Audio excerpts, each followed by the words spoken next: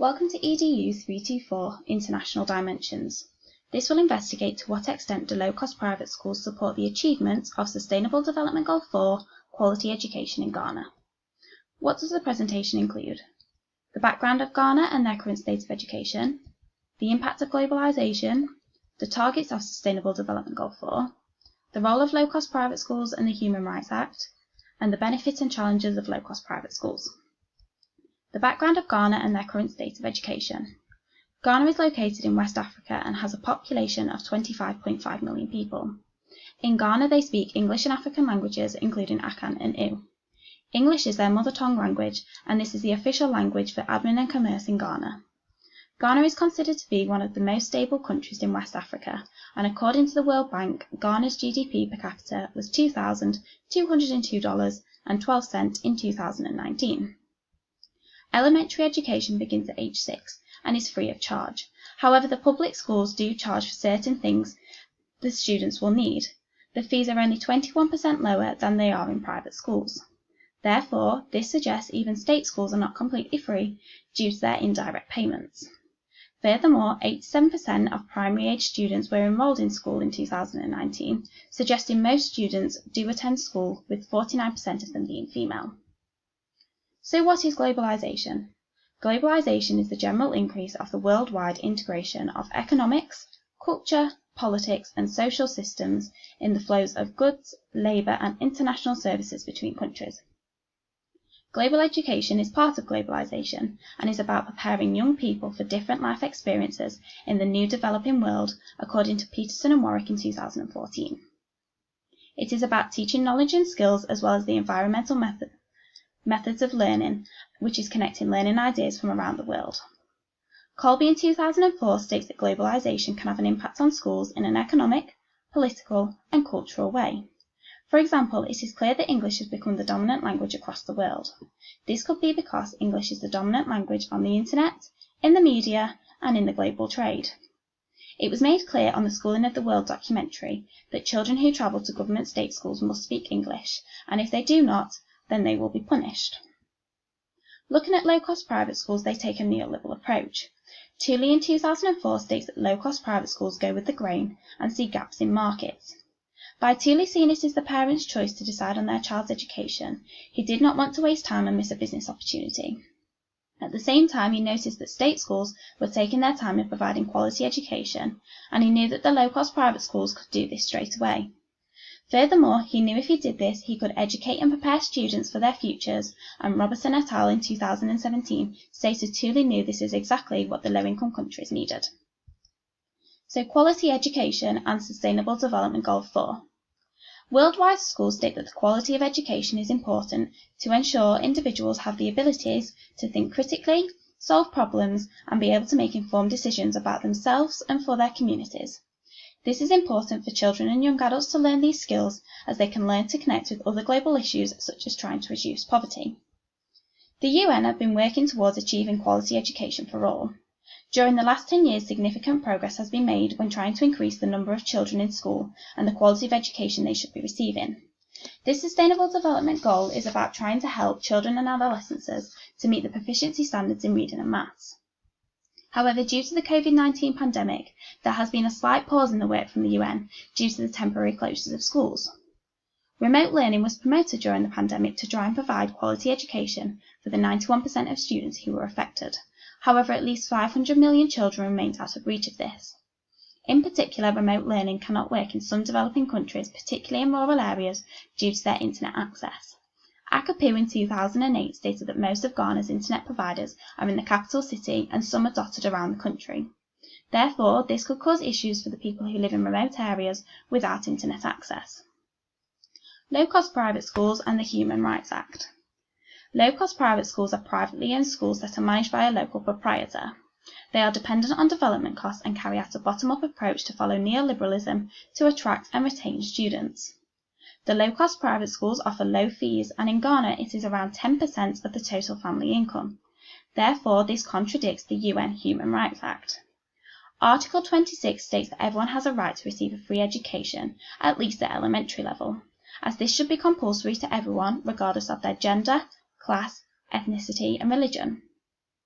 Finally, parents have the rights to choose what education their child should receive, and links are made with low-cost private schools, as Tooley in 2016 state that high-quality schools which meet the parents' demands are working with the communities in Ghana to meet the children and parents' needs.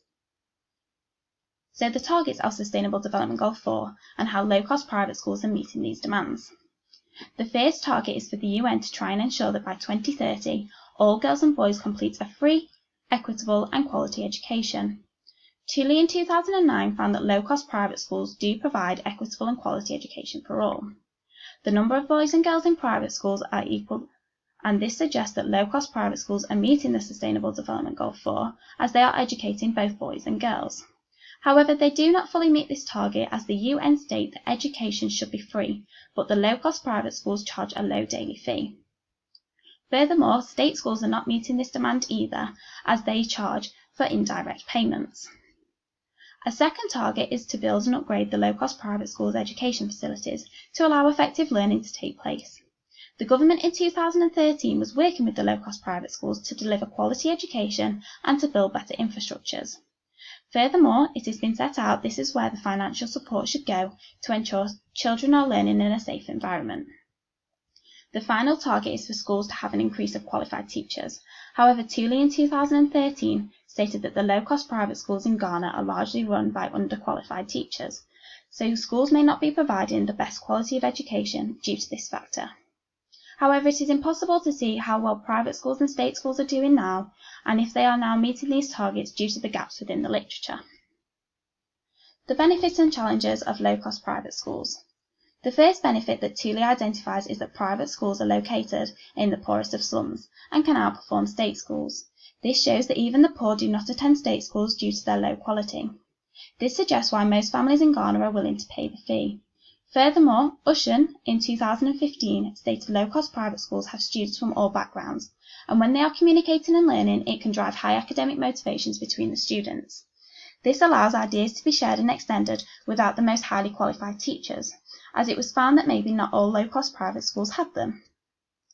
Furthermore, they are likely to provide high-quality education due to the parents and the agreements that they have if high-quality education is not provided.